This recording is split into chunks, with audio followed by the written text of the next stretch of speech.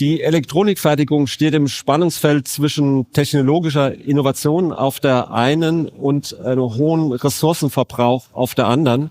Mit jedem Gerät kommt nicht nur der Fortschritt voran, sondern es wächst auch der ökologische Fußabdruck. Und wie man das miteinander in Einklang bringt, also zum einen Effizienzsteigerung in der Produktion und zum anderen aber auch Sachen CO2-Abdruck, Ressourcenschonung, sich da nachhaltig zu agieren. Darüber spreche ich jetzt mit Merlin Reingruber, Gründer von Simtronics und Geschäftsführer von gleich 3 EMS-Unternehmen, und mit Nils Thielen vom Lehrstuhl für Fertigungsautomatisierung und Produktionssystematik an der Uni Erlangen-Nürnberg. Hallo, herzlich willkommen. Vielen Dank, dass wir jetzt über dieses Thema Nachhaltigkeit in der Elektronikproduktion sprechen können. Ich habe es gerade so in der Anmoderation gesagt, es ist viel Ressourcenverbrauch, viel Energieverbrauch mit diesem ganzen Thema natürlich verbunden. An welchen Stellen in der Produktion ist das besonders signifikant, wo man sagen kann, hier gäbe es Hebel, um quasi in einer gewissen Weise nachhaltiger zu produzieren?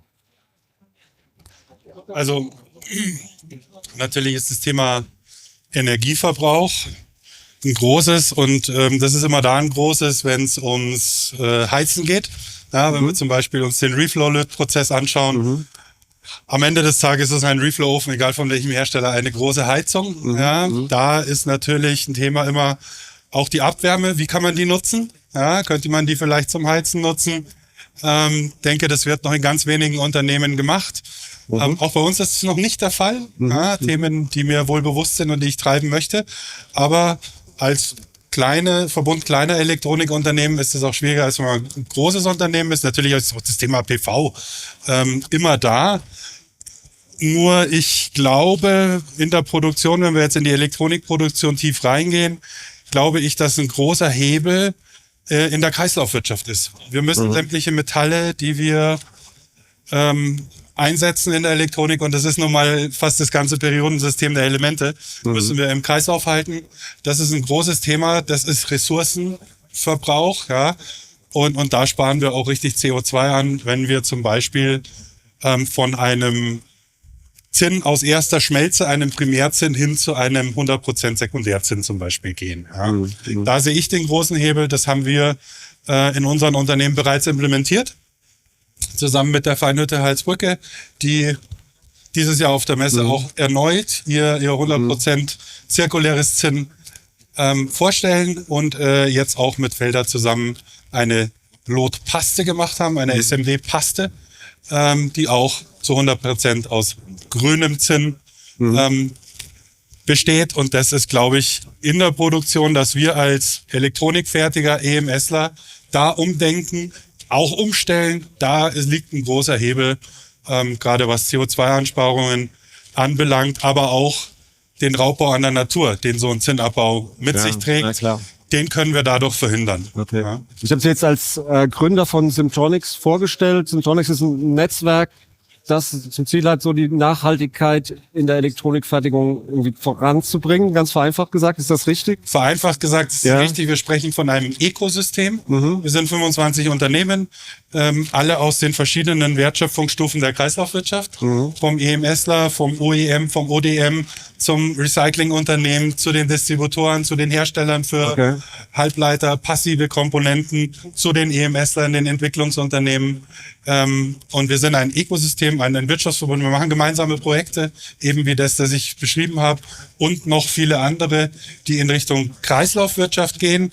Das Wort Nachhaltigkeit sollte man ja nicht mehr so aus marketingtechnisch, habe ich mal gehört, von Profis nicht mehr so verwenden, weil das negativ konnotiert ist. Für mich ist es das nicht. Ich finde, gelebte Nachhaltigkeit gehört in jedes Unternehmen. Ja, also diesen Trend, dass das Thema Nachhaltigkeit aus irgendeiner Weise, aus irgendeinem Grund verbrannt ist, kann ich bestätigen so.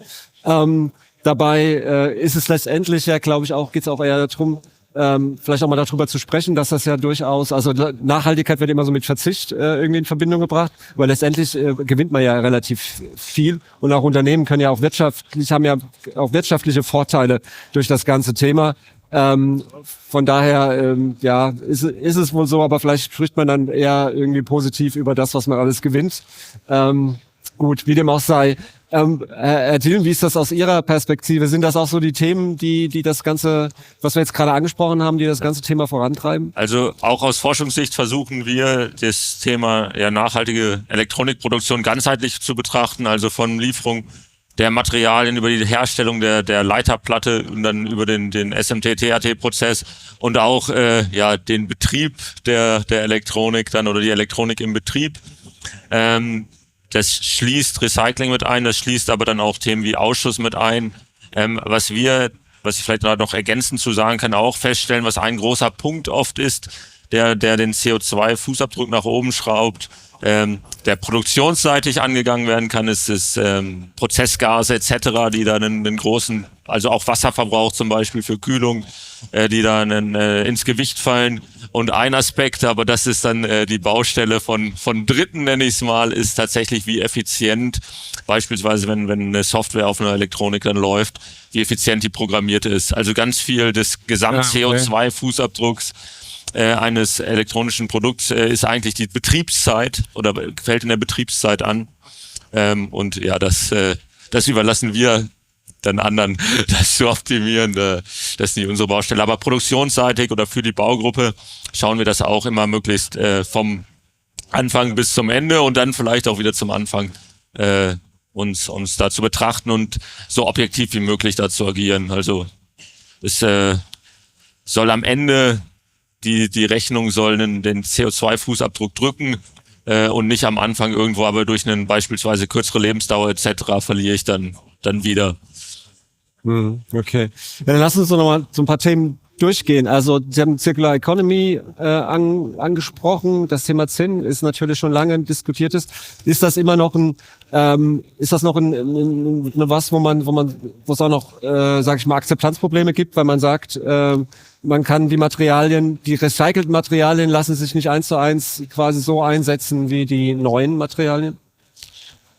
Ja, das ist nach wie vor ein Thema, wobei ich jetzt auf der Messe hier schon bemerke, getrieben jetzt auch natürlich durch die Insolvenz von BayWa, dass auch Leute, die sich jetzt umschauen nach anderen Zinnlieferanten, auch bewusst in diese Richtung schauen. Ja, und zu sagen, hier, lasst uns mal schauen, ob wir wirklich ein Lot aus der ersten Schmelze brauchen, das 100% primär aus der Erde geholt wurde, oder ob wir nicht doch ein Lot einsetzen können, das 100% aus recycelten Materialien besteht, dem Zinnteller von der Oma, dem Zinnsoldaten von der Opa oder eben der Elektronik. Und das ändert sich gerade. Aber wie wir 2019 mit der Feinhütte Heilsbrücke zusammen angefangen haben, ist tatsächlich 2019 gewesen, Ende, waren die Vorbehalte riesig.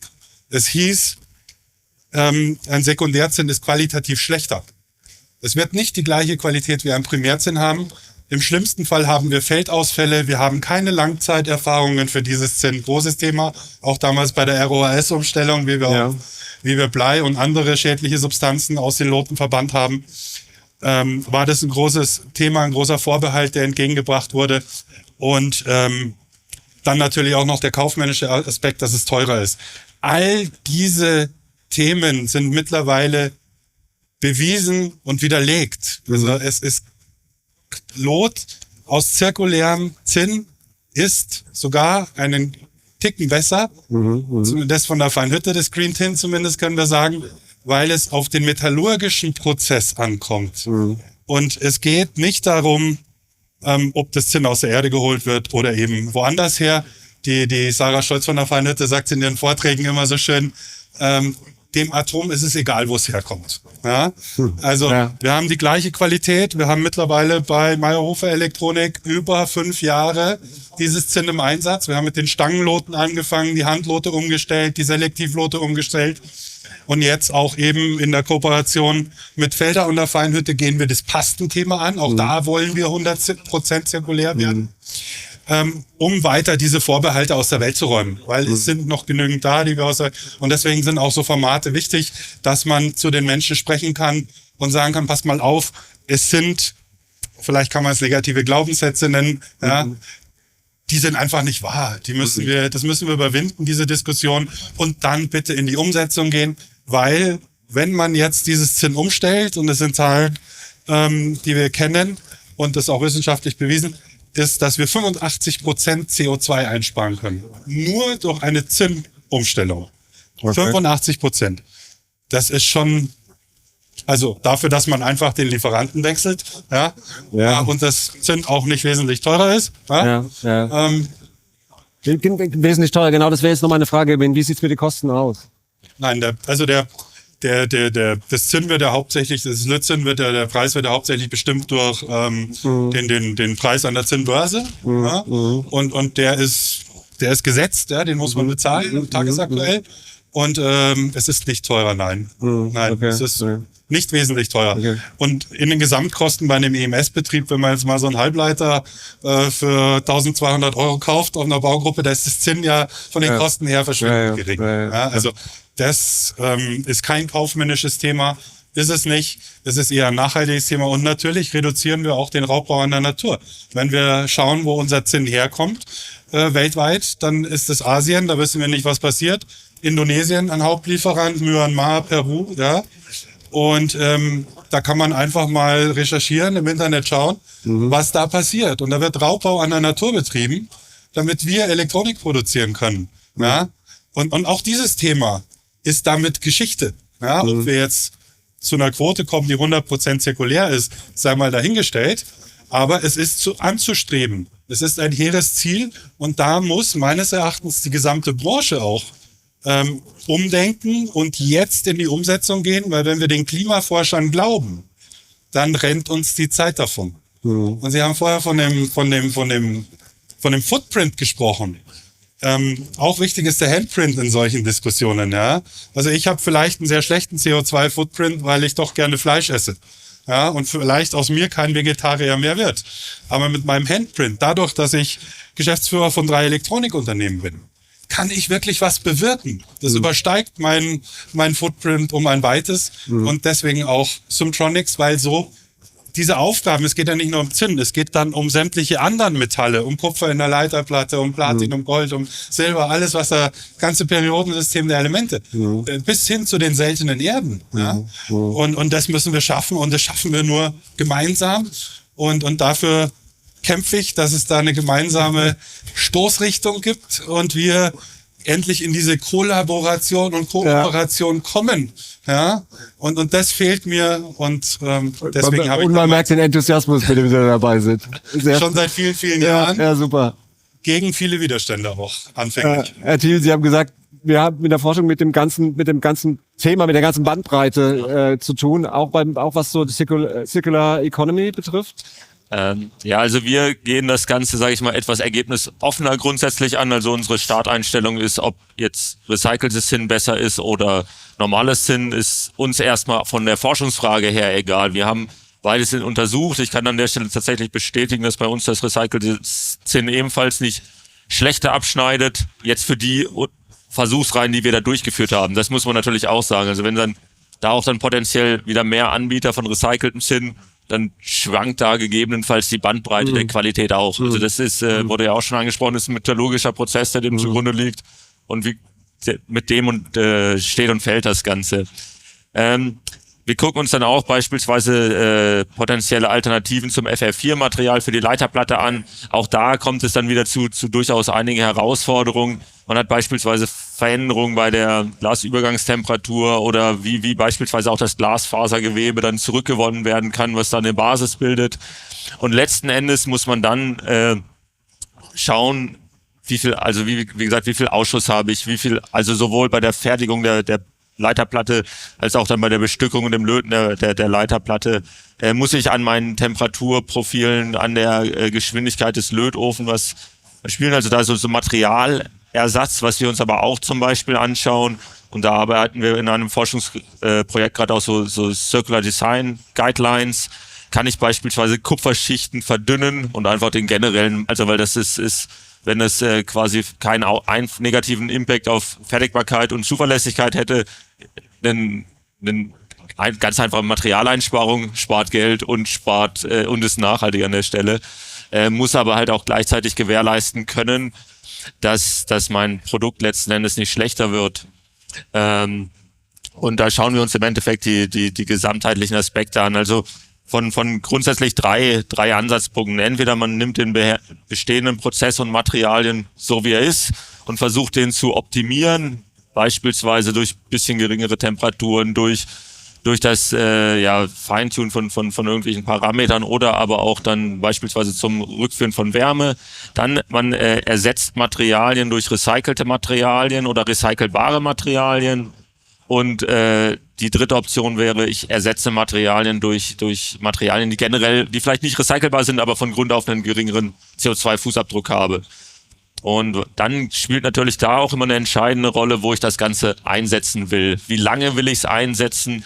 Brauche ich beispielsweise eine Lebensdauer von 25 Jahren, wenn ich eine Elektronik für ein Smartphone hätte? Vielleicht nicht unbedingt. Bei Elektronik für Windkraft oder Offshore wieder was anderes. Also dass man da dann eigentlich eher so anstrebt, ein Baukastenprinzip letzten Endes zu haben, aber immer in dem Kontext betrachtet, dass man in der Produktion an sich technologisch eigentlich nicht so viel umstellen muss. Weil wenn ich dann auf einmal einen neuen Lötofen bräuchte, der ganz anders funktioniert, dann macht da keiner mit.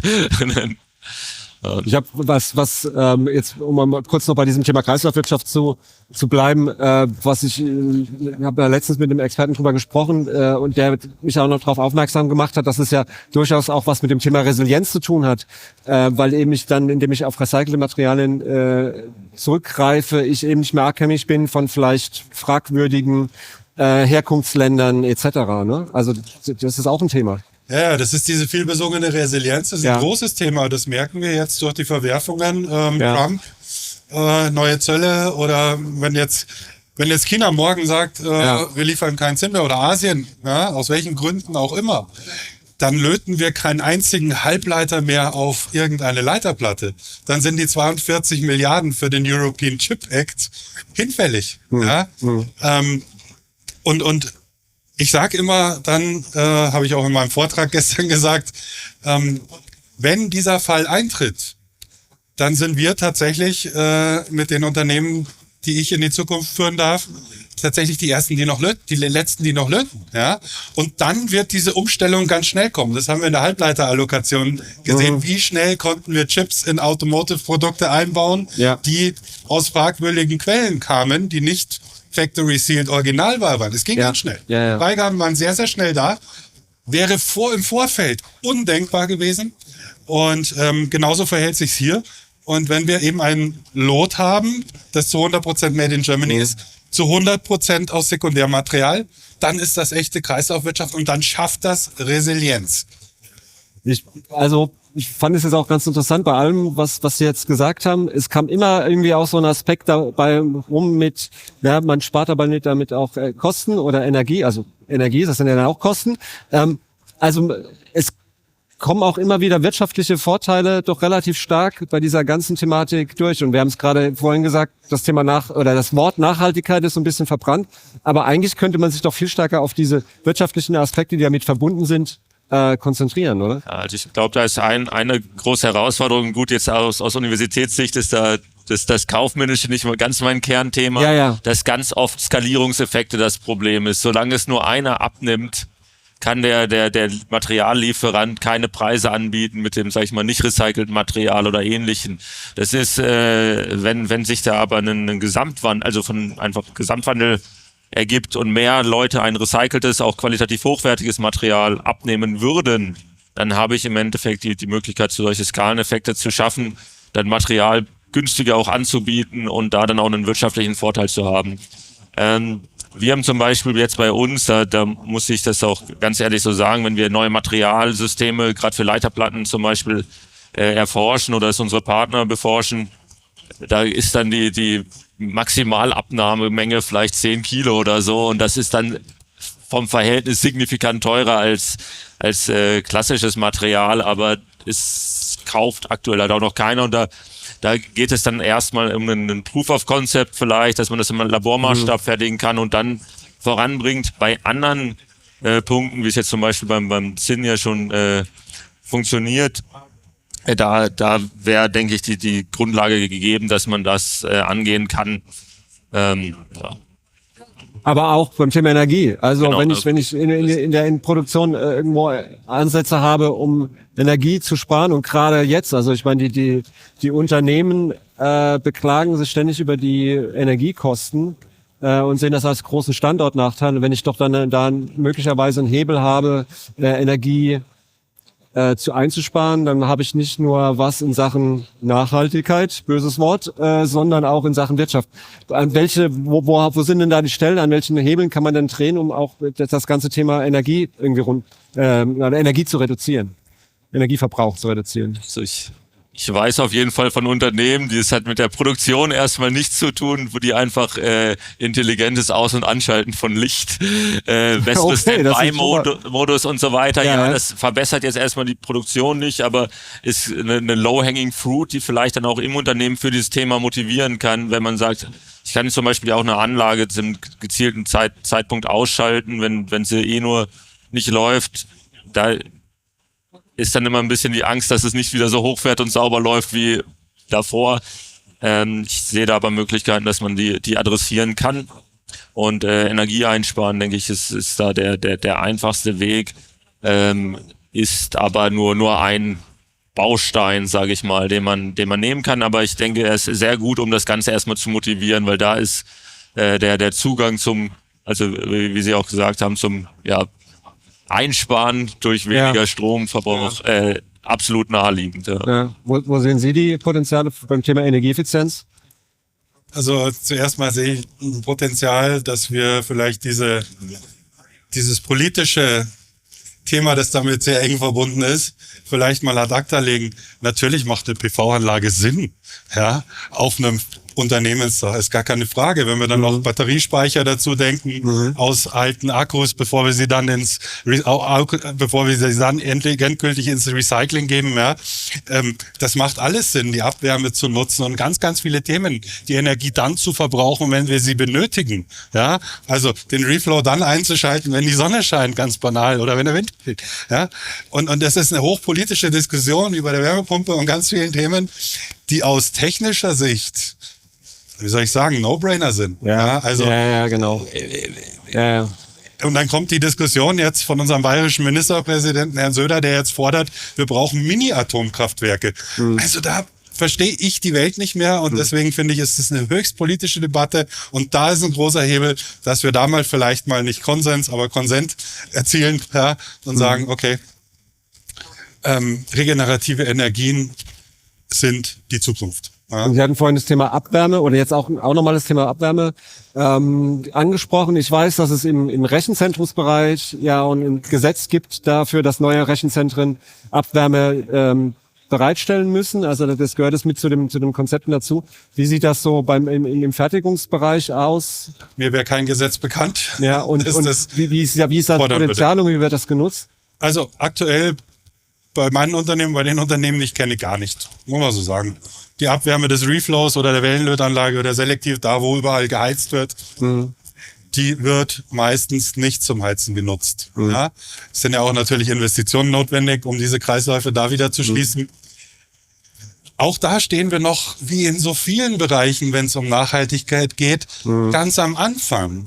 Und ich bin der festen Überzeugung, wenn wir da nicht mehr Umsetzungsgeschwindigkeit dahinter bringen, dann werden wir unter anderem von China, die massiv in die regenerativen Energien ausbauen. Ja. Natürlich auch Kohle und Atomkraft. Ja. Aber wir müssen da hinkommen, weil sonst werden wir nicht die Zukunft nicht entsprechend positiv gestalten können. Dann werden wir abgehängt als Volkswirtschaft hier in Deutschland, hier in Europa. Und das wäre jammerschade. Ja, China ist auch gerade dabei, glaube ich, auch beim Thema Forschung und Entwicklung von grünen Technologien auch gerade Europa zu überholen. Wie lange ist es her, dass Meyer Burger, der letzte Solarzellenpanelhersteller, abgewandert ist. Ja, ja. Ich meine, genauso wie bei den seltenen Erden, da kommen 95% aus China. Ja. Die Solarindustrie ist komplett nach China abgewandert. Ja. So, klar. Wenn man mit Leuten aus der Branche spricht, dann ist es oft auch so ein Beklagen der Regulatorik.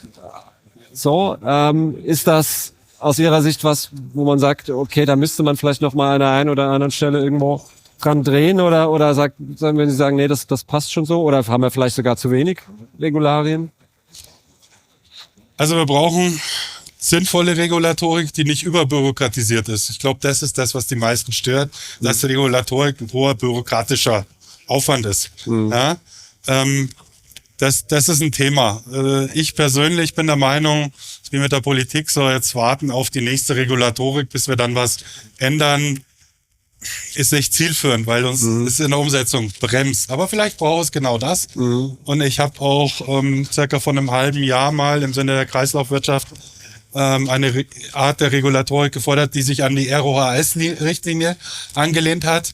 Die habe ich benannt, auch wie die RoHS, ROPM. Und da geht es um eine Reduction, Restriction, je nachdem wie eng man es auslegen, of Primary Metals. Und ich fand die RoHS-Regulatorik damals äußerst sinnvoll und gut. Die war nicht überbürokratisiert. Das war der richtige Schritt. Und deswegen kann Regulatorik gut sein, wenn sie keinen so hohen Grad an Bürokratisierung nach sich zieht. Ja, okay. Sie hatten vorhin ganz interessant nochmal einen Aspekt genannt, Thema Reduzierung von Ausschuss.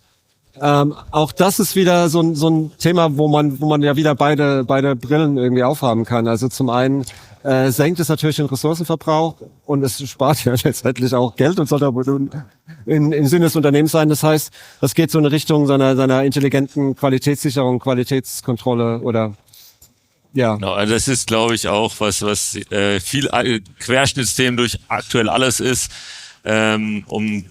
Absolut richtig. Man hat einmal den Aspekt, weniger Ausschuss ist immer gut. Es führt entweder zu weniger Nacharbeit oder auch weniger Prüfung etc. Und klar, man hat weniger unnötige Materialverschwendung. Also hat auch den Nachhaltigkeitsaspekt. Ich denke, dass man das erstmal sag ich mal, nur auf den Ausschussaspekt, das ist genug getrieben von selbst, das zu drosseln, auch durch, sag ich mal, datengetriebene Verfahren, was wir ja gestern bereits auch diskutiert hatten. Und wo es dann interessant wird, ist, wenn ich irgendwas an meinem eigentlichen Prozessablauf in einem Maßen ändere, wie man es, also nicht nur Parameter stellen, sondern wie gesagt, Materialien beispielsweise ersetzen, irgendwas am Design ändern, Lötstoppellack nicht ganz flächig auftragen. Und dann da die Schnittstelle, welche Auswirkung hat das auf den Ausschuss? Habe ich vielleicht 1% Ausschuss mehr, dafür aber 5% Einsparung, insgesamt vielleicht trotzdem im Material? Oder rechne ich mir das Ganze schön und ich sage, ja, ich spare hier CO2-Fußabdruck, muss aber die Hälfte am Ende wegschmeißen. Also da ist es, glaube ich, auch wichtig, dass man einfach ehrlich kommuniziert und ganz klar rechnet, was ist am Ende am besten, und da spielen dann wahrscheinlich Wirtschaftlikeit und Nachhaltigkeit nicht immer ganz parallel die Rolle, weil ja auch so Aspekte reinfallen, wie ich wenn ich feste Stückzahlen liefern muss und dann vielleicht für mich CO2-neutraler bin, obwohl ich die Hälfte weggeschmissen habe, aber dann irgendwelche Vertragsstrafen zahlen muss, dann aber das ist dann wieder nicht mein Kernthema als Universität. Da kann ich dann gerne übergeben. Okay. Also kann ich gerne was dazu sagen. Ich find's extrem spannend. Wir waren Tier 2 Serienlieferant für Automotive über 6 Jahre, IATF 16949 zertifiziert. Hat alles Hand und Fuß gehabt. Und haben tatsächlich in der Erstzertifizierung das Thema gehabt, dass wir eine Zero Failure Acceptance haben in der Automotive. Also jede Baugruppe, die auch nur einen Grabstein hat, einen Tombstone, muss eigentlich verschrottet werden. Ja, ich sage eigentlich. Und ich habe mit dem Prüfer wirklich, bin ich ins Gericht gegangen, möchte ich was sagen. Und wir haben es geschafft, dass man das dann nacharbeiten kann. Weil so ein Grabstein nachzulöten ist über ein simples Rework möglich. Ja, da reden wir jetzt nicht vom BGA-Rework, sondern wir reden dadurch einen Widerstand 0402 umzulegen. Ja, das kann man auch, wenn man gut ist, mit einem Handlötkolben machen und die Qualität ist perfekt. Ja, und solche absurden Sachen, von denen müssen wir wegkommen. Das erzeugt Ausschuss, der eigentlich gar kein Ausschuss ist. Ja, und wenn man seine Prozesse im Griff hat, ja, und auch das Design dann entsprechend, ja, über PET-Geometrie, ja, über die verschiedenen Iterationsstufen, bis man bei der Serie ist, das sauber mitzieht, ja, Design for Manufacturability macht, ja, dann ist man auf dem richtigen Weg. Wieder zurück zur Nachhaltigkeit. Wenn man auch ein Design for Sustainability machen würde, ja, wir kennen ja DFX, Design to Cost und hast du nicht gesehen, alles Mögliche, aber ein Design for Sustainability machen würde und bei der Produktentstehung, bei der Idee am besten schon sagt, für welchen Markt, wie müssen wir es aufbauen, modular ja oder nein, wie langlebig muss das Produkt sein, können wir vielleicht ein Product as a Service Geschäftsmodell draus stricken. Da führt langlebige Elektronik dazu, dass das kaufmännisch auch attraktiver ist. Wir verlieren nicht das Eigentum an diesem Produkt, ja, bei E-Scootern und so. Wir können dafür sorgen, dass es ins Recycling geht, ja, sei es die Batterie, seien es anders. Wir haben ein Unternehmen im Ökosystem, To-Zero, ein Startup, sehr gehypt. Und die machen Battery Recycling für Automobilbatterien. Ja? Und die sind in der Lage, auch im Sinne der Kreislaufwirtschaft, ein so reines Lithium wieder zu gewinnen, dass wieder in neue Akkus reingehen kann. Damit hat man das ganze Thema Lithiumabbau auch erschlagen. Also Kreislaufwirtschaft ist in ganz vielen Aspekten so sinnvoll und nützlich. Man kann es gar nicht genug betonen. Und oftmals wird halt nur über das Thema Recycling geredet, ja. Aber es ist viel mehr. Es ist viel mehr. Es fängt bei der Produktidee an. Da gibt's ja auch das Prinzip von Professor Dr. Baumgart, das Cradle-to-Cradle-Prinzip. Ja. Da streitet man sich jetzt in den Bubbles so ein bisschen, was das bessere Prinzip ist. Ist mir persönlich am Ende egal. Ja, wir müssen ins Tun kommen, wir müssen in die Umsetzung kommen. Das ist das Wichtigste. Und die Lösungen, die da sind, skalieren, in die Märkte bringen, das ist unsere Aufgabe. Beschäftigen Sie sich auch mit dem Thema Wiederverwendung von, weiß ich nicht, bestimmten Bauteilen, Baugruppen oder? Also wo wir uns zum Teil beschäftigen, ist auch Downcycling von Material, nicht 1:1 Wiederverwendung. Also so bereits gelötete Bauteile, das haben wir eher in einem Kontext untersucht, ob es jetzt irgendwelche gefälschten Bauteile sind oder man eigentlich neue gekauft hat. Aus der Perspektive, gerade als die Chip-Krise doch etwas intensiver war noch als jetzt, war das doch ein interessantes Thema. Tatsächlich im Wiederverwenden schon benutzter Bauteile, das war bei uns bisher noch kein Aspekt. Wo wir uns, wie gesagt, hatte ich anfangs glaube ich schon mal angesprochen, auch schon mal mehrere Gedanken und auch erste Versuche gemacht haben, ist dann wieder, wie wenn Leiterplattenmaterialien beispielsweise wiederverwendet werden oder auch für einen anderen Nutzen beispielsweise dann nicht recycelt, sondern downgecycelt werden, sei es für irgendein Packaging. Das ist natürlich nicht die Wunschlösung, es ist aber meines Erachtens deutlich besser, als es einfach wegzuschmeißen. Sie hatten vorhin auch Stichwort Software genannt. War damit quasi dieses, was man so schön als Green Coding bezeichnet, gemeint? Oder was hatten Sie damit gemeint? Auch, also genau, ist einmal, dass viel dass der Großteil des CO2-Fußabdrucks von einer elektronischen Baugruppe eigentlich aus der Lebenszeit kommt, in dem es läuft, nicht aus der Fertigung. Und das liegt oft daran, dass einfach nicht ideal programmiert worden ist oder auch unnütze Funktionalitäten vielleicht dabei sind. Da bin, wie gesagt, ich überhaupt kein Experte, aber das ist im Endeffekt ein Aspekt, den man auch im Hinterkopf behalten sollte. Okay. Für welche Rolle, weil Sie hatten ja auch gerade die Automobilindustrie angesprochen, welche Rolle spielen denn Normen? Brauchen wir da neue Normen? Sind vorherrschende Normen vielleicht irgendwo im Weg, was das Thema Sustainability betrifft? Schwierige Frage, ist ähnlich wie mit der Regulatorik. Ich glaube, wir brauchen einfach neue Standards im Bereich Kreislaufwirtschaft. Das ist das, was wir brauchen. Natürlich brauchen wir auch massiv Ausbau der Erneuerbaren, natürlich. Ja, aber wir brauchen einfach neue Standards. Und bevor wir neue Standards etablieren, brauchen wir ein Umdenken. Es denken immer noch zu viele in der linearen Wirtschaft. Die lineare Wirtschaft ist ganz simpel. Take, make, waste. Wir nehmen irgendeinen Rohstoff aus der Erde, egal woher, meistens aus der Erde, bauen irgendwas draus und es landet dann im Bereich, im Fall der Elektronik, landet es auf irgendeiner Mine, auf irgendeinem Haufen in Afrika. Da zünden sie es an und holen das Kupfer raus. Das ist lineare Wirtschaft. Und ich glaube, Kreislaufwirtschaft muss der neue Standard werden. Da bin ich auch gar nicht allein mit dem Gedanken. Und das muss sich aber durch die einzelnen Gewerke, jetzt nur unsere Elektronikbranche betrachtet, muss sich das durchziehen. Das geht nicht, wenn jeder alleine seinen eigenen Weg geht. Das geht nur in Kooperation, in Kollaboration oder besser noch in Symbiose. Nur so kann es funktionieren und dazu braucht es ein Umdenken, bevor wir wieder irgendwelche Normen schaffen. Ja, also ich glaube, die IPC beschäftigt sich jetzt auch mit der Sustainability-Normung, habe ich gesehen. Ja, das ist jetzt aktuell machen sie das. Hätten wir auch schon vor 5 Jahren drauf kommen können, ja, dass wir sowas brauchen. Okay. Wie sehen Sie, wenn wir vielleicht noch kurz einen kleinen Blick in die Zukunft wagen wollen, für die nächsten 1-2 Jahre? Dieses Thema wird's schwieriger, weil genau aus dem Grund, den wir jetzt auch ab und zu mal genannt hatten, dass man irgendwie weniger über Nachhaltigkeit sprechen möchte? Oder geht's wirklich darum, dass man es vielleicht schafft, es in so in eine Richtung zu drehen, wo man doch mehr so die Möglichkeiten und die Hinzugewinn, was man eigentlich dadurch hat, sieht und dadurch das Thema vielleicht vorankommt? Also ich kann das klar mit einem Ja beantworten. Für mich ist das die Zukunft. Es gibt keinen anderen Weg. Es gibt ein schönes Wort, enkelfähig. Ja.